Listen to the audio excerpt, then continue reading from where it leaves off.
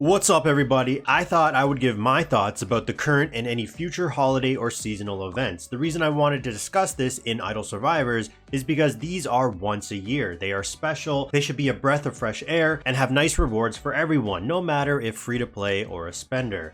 I understand this is a business, but come on, I mean, there's only a few of these we're gonna see in one given year, so I wanted to break down the current Mid-Autumn Festival event and hope the developers listen as I try to be a voice for the community while also giving my own opinion. Let's get it.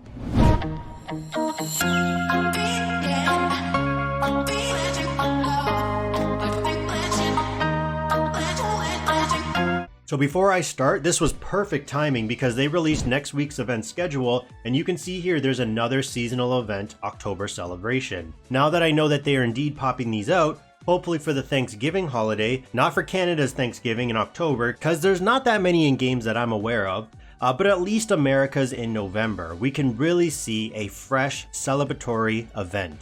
Bringing up the Mid-Autumn Festival, what I wanted to cover was A, best options for the Moon Admiring Exchange Shop, B, breaking down each pass in the Mid-Autumn Celebration, as there is a free-to-play one and two spender ones, and the totals you're going to get from them. C, the Mid-Autumn Carnival weekly game offer, and D, my overall thoughts and what I feel should be changed or added. So the first thing I wanted to cover is the Mid-Autumn Celebration passes, as this will allow you to understand the numbers for the event currency you will get for the exchange shop. Keep in mind, this is my currency. I've said before, I am Canadian, and mobile games are super expensive for me due to the exchange rate to American plus taxes. Each pass has 30 tiers. We've seen this before. All these passes in the game have this amount. To gain EXP for each tier, you will be completing daily and event quests seen here. Pretty straightforward. Usually the only ones I struggle with are the summons because I do save mine for 2x summon events, so I never do these. Diamonds can be a bit iffy if you're saving, but I am summoning for Melody of Light's Interstellar right now, and unfortunately I've had absolute garbage rates. I'm now at 155 summons and have only got 2 copies, which includes these hero shards I haven't even collected yet. I really hope no one else is in the same boat, cause it sucks. The total numbers if you complete all 30 tiers with the free-to-play version is 195 base mooncakes, 1 Casio wine, and 3 Mid-Autumn treasure pouches. Quick disclaimer about these, it does say it randomly includes 1 flower lantern, 1 Casio wine, 5 mooncakes, 10 mooncakes, or 20 mooncakes, but based off what I've seen, the rates are god-awful. I think it's safe to assume almost everyone will be getting the lowest out of them, which is going to be the 5 mooncakes. So that means for the free-to-play version, it's 195 base mooncakes plus 15 from the pouches is going to be 210 mooncakes plus 1 Casio wine. For the first paid pass, which is going to be $15 US, keep in mind these are separate passes. If you buy the most expensive one, you will have to buy this one as well, and you can buy either at any time. So this pass gives you an additional 390 base mooncakes, 1 Casio wine, 1 flower lantern, and 6 random pouches. And finally, the third pass, which is $50 US, this gives you an additional 780 base mooncakes, the Jade Rabbit Gaze frame, 20 random pouches, and 4 select pouches that are not random. You can choose what you want between the rare resources like Flower Lantern and Casio wine. Obviously, the event currency numbers you can get from each pass will vary based off your luck from those random pouches. Also remember, when these passes get close to the end duration, you can see here, you can just buy the tiers for diamonds if you're lacking some due to not doing certain event quests like the summons as I mentioned. This value changes depending on the pass, so for this one it's going to be 200 diamonds per tier.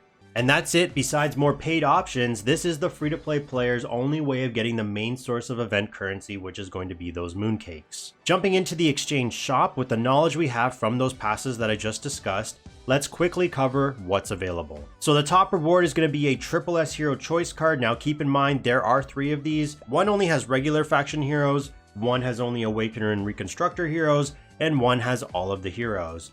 Many will probably notice if you click this card, which should have them all, but Soul Guardian, Eagle of Perdition, and Lord of Thunder are missing from this.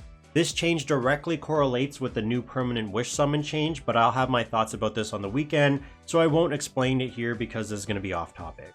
When you get these Triple S Hero Choice cards from an exchange event, what you see is what you get. So if and when those other heroes get added, it won't affect the heroes there already. All of the top rewards you're going to see here are either definitely not available or 99.999% unlikely as a free-to-play. I will get into my thoughts about this, don't you worry. So for the top reward, it's only available if you spend money on the pass or passes. That is going to be including the $50 most expensive one. I didn't expect this to be an option for free to play. It's just how mobile games are nowadays, but you will need 500 mooncakes and 5 flower lanterns. Flower lanterns will be the rare resource in this event, while mooncakes being the most common. You can guarantee this by buying the $50 US pass like I just said, and taking advantage of the mid-autumn offer, because if you topped up every single day during the event of 6 days, or 12 just in total, you will get that last flower lantern needed due to the requirement of 5 flower lanterns. If I chose to get this, it works for me since I've been buying the $1 summon orb offer from Melody's Interstellar, but with the 4 select pouches, choosing these, that's going to be only 4. You can get the last one from what I just mentioned, or crazy luck to get one more from the random pouches. The second reward is going to be the Jade Rabbit's Gaze frame, and potentially could be attained by a free-to-play if you're super lucky with getting a flower lantern from one of the random pouches, but you're not going to get a lot of them. In fact, you're only going to get 3, so 99.999% unlikely. The frame gives some flat stats, but it's for the aesthetic purpose, being a seasonal frame. It costs 1 flower lantern and 100 mooncakes. The $15 pass allows you to get this, and the $50 pass gets this already in the pass. Third reward is the Supreme Choice gift box, and will probably be the average exchange goal for the player base, but once again, only available if you spend money on the pass or passes, because as a free-to-play, even with those 3 random pouches, you still need 1 Casio wine and 55 mooncakes. The max from the other 2 would be 40. It's just very frustrating that for a special event, once a year, they can't even allow the majority of their player base being free-to-play to get something worthwhile. Based off how hard it is to actually get these items in this Supreme Choice box, is it really too much to ask for this to be available for everyone? This box allows you to choose from a futuristic watch, a select rainbow gear box, a select exclusive toy, and a select platinum collection box. It costs 2 Casio wine and 250 mooncakes. Buying the $15 pass will allow you to get this, as well as enough currency for the frame. This will be the way I would suggest to go if you're a low spender to make the most out of the pass purchase. $50 with the daily top up might be able to get this as well with the SSS Hero Choice card. I didn't fully run the numbers here, but might need some luck with the pouches or some additional purchases. The reward below is the same thing, but it's not at a discount, so obviously you'll take the one above.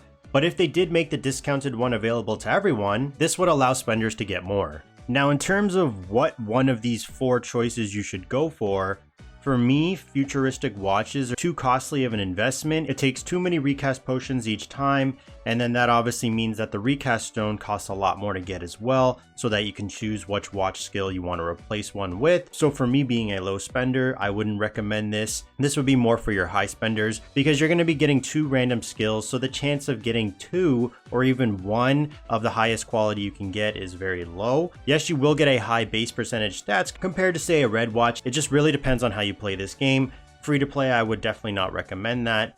If you go over to the rainbow gear chest, this is something I can recommend for free to play and low spenders. Just remember, you will need 2 gear pieces from the same set to get that 2 set bonus. For me, the best sets right now would be the healing set, the damage reduction, and then also the skill damage bonus as well. And then the other option would be the exclusive choice toy. Toys are your best bet to get the most instant power spike for your hero.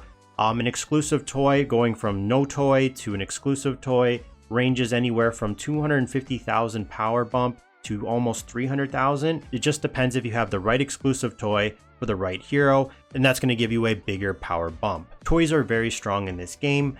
And then the other option is the platinum collection box, which is more of just your high spender, maybe your whale, kraken, whatever you want to call it. It does add some nice stats. You're going to need to collect multiple of them to ascend them to see some actual value. In terms of all of the lower end rewards, which unfortunately is probably the only thing free to play is going to be able to get, are ascension agents, refined toolboxes, AI chips for your vehicle, gene potions, nanofibers, and banknotes.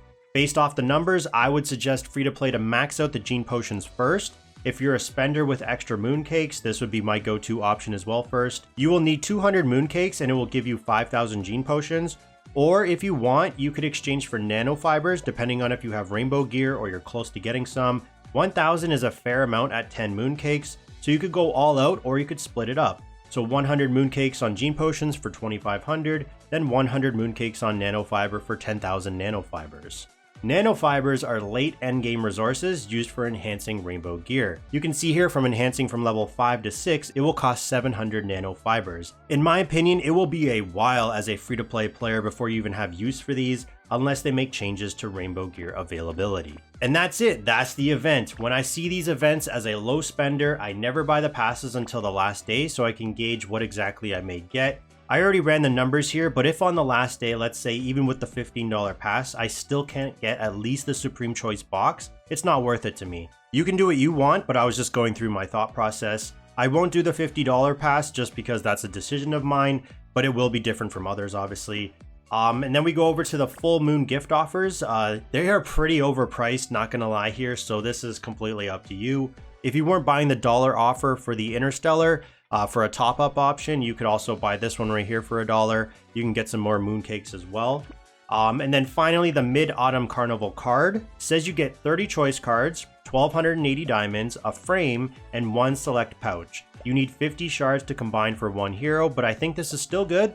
It's decent, it's not amazing, but just remember when you look at the SSS hero choice cards, the heroes there will be what you get. Example, Soul Guardian shouldn't just magically pop up. Regarding my overall thoughts, these events need to change 100%. This is the developers' chance to give back. I've seen other games use the same tactic regarding the free-to-play players just come up short, so close of getting anything meaningful in hopes it entices them to spend for the remainder, and I just don't agree with that. These are not frequent reoccurring events. They are special events meant for celebration for everyone. They also need to add more. Maybe add seasonal or holiday world bosses, maybe add a different expedition difficulty theme to the event, or at the very least just add some, for this event's example, mooncakes in the AFK reward chest.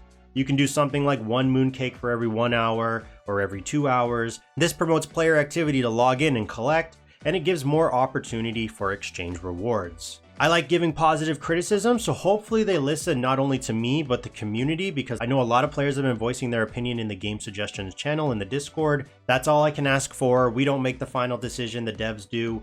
Because the game has potential, it's just been making some very questionable decisions lately, specifically affecting free-to-play players and low spenders, because I do love this game, so I don't want to see it only focus on catering to the high spender player base.